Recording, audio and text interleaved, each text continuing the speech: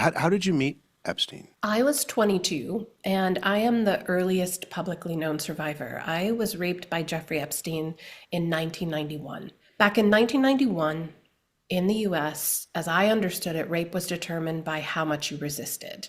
And because I froze in that moment and then proceeded to blame myself because I froze, I thought, well, nobody's gonna believe me.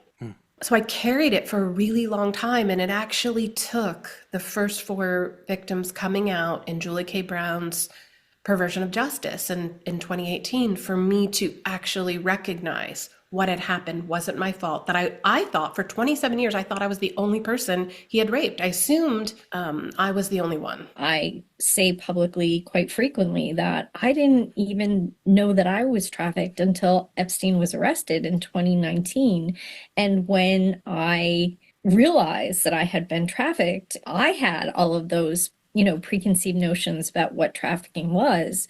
And so I really had to immerse myself in the national anti-trafficking movement. And that is how I learned what trafficking was and that it was not my fault, because I also, for decades, thought that I was the only one this happened to. Do you think that your stories and what we have just heard has been lost in some of the politics around this and the larger kind of story that seems to be taking place as we talk about Epstein?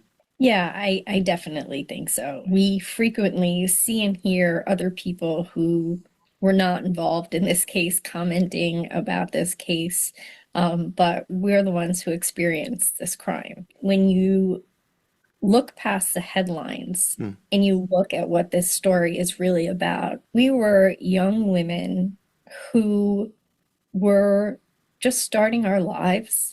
We had hopes, we had dreams, and our experience with Jeffrey Epstein and Ghislaine Maxwell, in my case, really just took that all away.